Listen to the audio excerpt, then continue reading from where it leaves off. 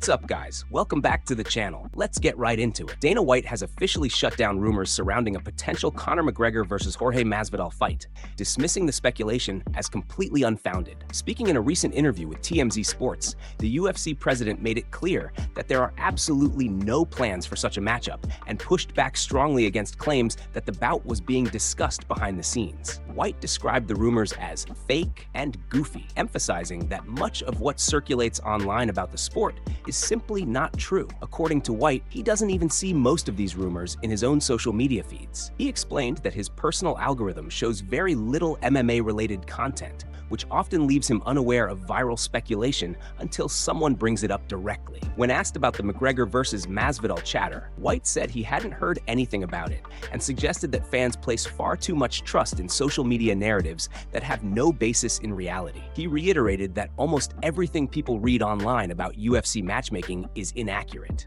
While shutting down those rumors, White did take the opportunity to praise one of the UFC's rising stars, Paddy Pimblett. White compared Pimblett to an early version of Conor McGregor, not just in terms of personality, but also in how fans consistently doubt him. Much like McGregor in his early UFC days, Pimblett continues to win despite widespread skepticism, steadily building momentum with each performance. White highlighted Pimblett's undefeated UFC record and his ability to generate strong reactions from crowds, particularly in the United Kingdom. His charisma, fan engagement, and growing media presence have made him one of the promotion's most marketable young fighters. These comments quickly fueled speculation among fans that the UFC may be fast-tracking Pimblett toward major opportunities, with some pointing out that he appears to be leapfrogging contenders like Tsarukyan in the title conversation. From a business perspective, the comparison makes sense. The UFC has long searched for its next true crossover star with McGregor-level appeal, and Pimblett's popularity, combined with his winning streak,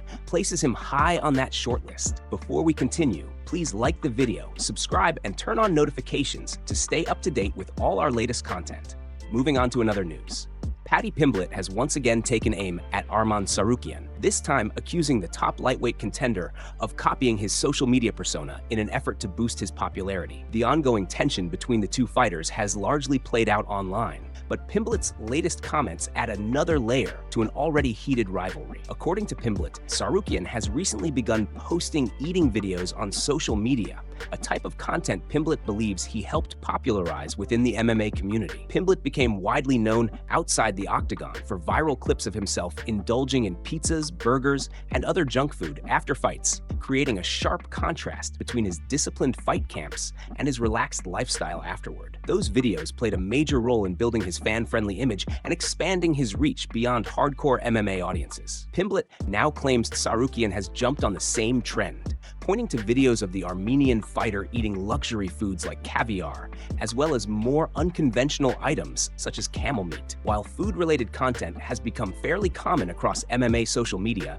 Pimblett insists the timing is no coincidence. In his view, Tsarukyan is attempting to replicate his success outside the cage by mirroring his online behavior rather than letting his fighting speak for itself. Pimblett didn't hold back in his criticism, suggesting that Tsarukyan should stick to caviar and stop trying to imitate a persona that doesn't suit him. He also addressed Tsarukyan's previous comments, in which Tsarukyan openly admitted he dislikes Pimblett and has referred to him in harsh terms. Pimblett fired back by portraying Tsarukyan as entitled and disconnected, claiming his rival believes everything should be handed to him due to his background, rather than earned through grit and personality. On the other side of the rivalry, Tsarukyan has taken a much more serious and disciplined tone in public statements. He has repeatedly said he is willing to sacrifice everything he owns, including his money and possessions, in pursuit of becoming a UFC champion. With Tsarukyan firmly positioned in the lightweight title picture, a championship opportunity could be on the horizon as soon as this year. Whether that title shot comes against Pimblett, Justin Gaethje, or Ilia Topuria remains uncertain. What is clear, however, is that the tension between Pimblett and Tsarukyan continues to grow, fueling interest both online and within one of the UFC's most competitive divisions. Moving on to another news. Khabib Nurmagomedov has stirred major debate across the MMA world following his candid remarks about Tom Aspinall and the controversial no contest result in Aspinall's fight against Ciryl Gane. While Khabib's comments were not overtly aggressive, their impact was amplified by the context surrounding his involvement before the bout, making his perspective especially polarizing. What caught many fans and analysts off guard was the fact that Nurmagomedov had been present in Aspinall's locker room prior to the fight. During that time, Khabib reportedly offered advice on how Aspinall should approach the matchup against Gane. That moment was widely interpreted as a show of support from one of the most respected figures in MMA. As a result, Khabib's decision to publicly weigh in after the fight was seen by many as him indirectly choosing a side in what was expected to be a defining heavyweight title clash. The fight itself descended into chaos after Aspinall was unable to continue following an eye poke, resulting in a no contest. Almost immediately, the MMA community split into two opposing camps. Critics labeled Aspinall a quitter, arguing that once he realized the fight would be more difficult than anticipated, he opted out rather than push through adversity. Supporters strongly disagreed, viewing Aspinall's decision as a calculated and responsible choice, particularly given the potential long-term damage associated with eye injuries. Those defending Aspinall emphasized the high stakes involved. Having only recently been elevated from interim champion to undisputed heavyweight champion following Jon Jones's retirement, Aspinall had everything to lose and little to gain by continuing while compromised. From that perspective, preserving his health and title was a logical move rather than a sign of weakness. At the core of the controversy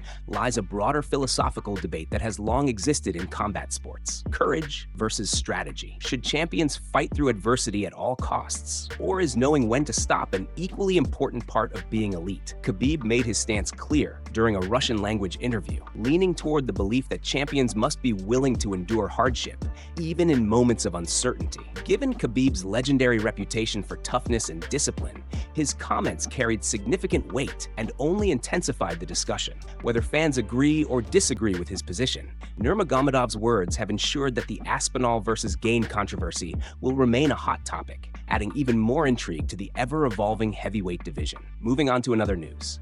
Dana White and Zuffa Boxing are reportedly very close to landing a massive signing that could send shockwaves through the combat sports world. According to Alexander Usyk's team director, Sergey Lapin, discussions are currently underway between the undisputed heavyweight champion and Dana White's new boxing venture. The revelation surfaced just days before Zuffa Boxing's official launch event at the UFC Apex, instantly raising speculation about what could become one of the biggest crossovers in modern combat sports history. In an interview with TalkSport, Lapin confirmed that there is real and ongoing communication between Usyk's camp and White. While he stopped short of revealing specific terms, he emphasized that there is genuine interest from both sides. Lapin suggested that if the format, financial structure, and timing all align, Usyk could make a move that few fans would have predicted. Such a decision would represent a dramatic shift away from traditional boxing promoters toward Dana White's vision of an event-driven boxing league modeled after the UFC. Usyk, widely regarded as the pound-for-pound best heavyweight in the world,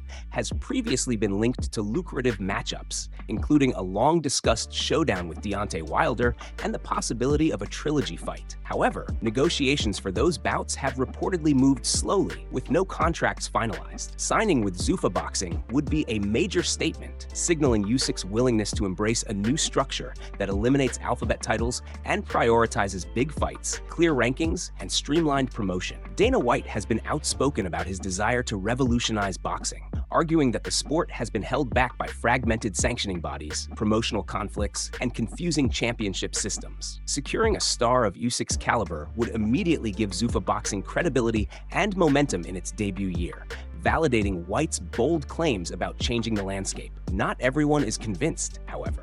Veteran analyst Luke Thomas has been highly critical of White's approach, arguing that the so-called grand vision for boxing is neither new nor revolutionary. Thomas suggested that many of these ideas were previously impossible due to legal and regulatory barriers rather than a lack of imagination. He questioned how Zuffa Boxing will truly differentiate its product beyond potential changes such as fewer weight classes or altered ring dimensions. Thomas also pointed out that boxing's greatest threat may be internal, with traditional promoters and sanctioning bodies contributing to their own decline through ongoing dysfunction. Whether Dana White's model is the solution remains to be seen. The possibility of Alexander Usyk fighting under Dana White's promotion has ignited intense debate among fans. Would this mark a new era for boxing, or is it simply another ambitious experiment? Either way, the conversation has only just begun. Moving on to another news.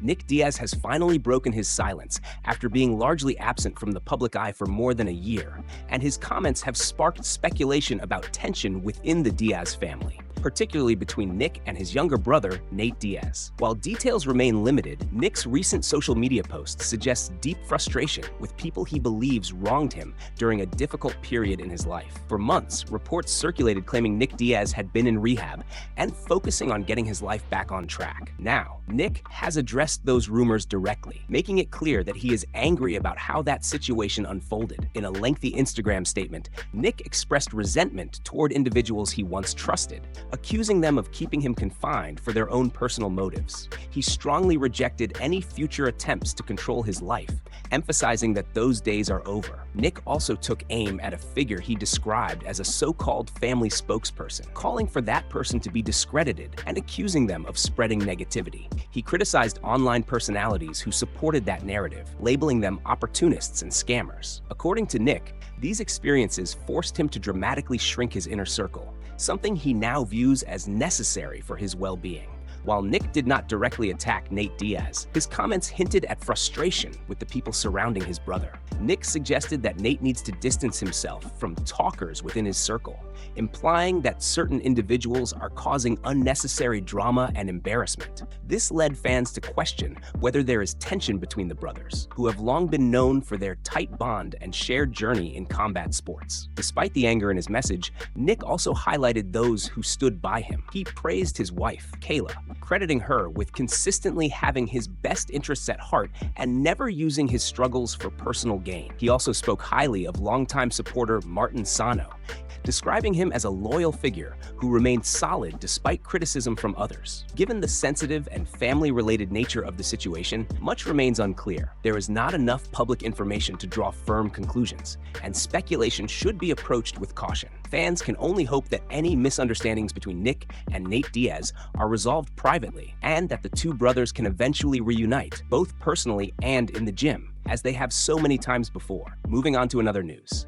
Former two-time strawweight champion still has work to do this weekend, but according to Namajunas herself, a championship opportunity is already on the table should she emerge victorious. Namajunas was initially scheduled to face former flyweight champion Alexa Grasso, but Grasso was forced to withdraw from the bout. Rising contender Natalia Silva stepped in as a replacement, significantly altering the stakes of the matchup. Ahead of the fight, Namajunas spoke with Ariel Helwani, who noted that many within the MMA community believe Silva would earn a title shot if she wins. When asked directly whether the same promise had been made to her, Namajunas confirmed that she has been told a title fight would indeed be waiting. The situation is particularly intriguing given the current state of the flyweight division. Namajunas is coming off a loss to Erin Blanchfield and is only one fight removed from that setback. However, Silva is currently ranked near the top of the division, and Namajunas remains one of the biggest and most recognizable names on the UFC roster. From a business standpoint, her involvement in the title picture makes sense. Adding another layer to the story is the reigning champion, Valentina Shevchenko. With Shevchenko having already defeated top-ranked contender Manon Fiorot, the list of fresh challengers is limited. If Namajunas does earn a title shot, it would likely set up a high-profile clash between two of the most accomplished fighters in women's MMA history. That matchup would come with emotional complexity. Namajunas has openly expressed her admiration for Shevchenko, calling her an inspiration and even her favorite female fighter. When asked how she would feel about facing the champion, Namajunas admitted there would be conflicting emotions. She said she would want to have an honest conversation with Shevchenko beforehand, acknowledging how strange it would feel to try to defeat someone she deeply respects. Still, Namajunas made it clear that she understands the nature of the sport. While the idea may feel uncomfortable, she remains open to the challenge and recognizes that elite competition often brings difficult decisions. All eyes will now be on UFC 324. If Namajunas defeats Silva, the division could be headed toward one of its most compelling title fights yet. Moving on to another news.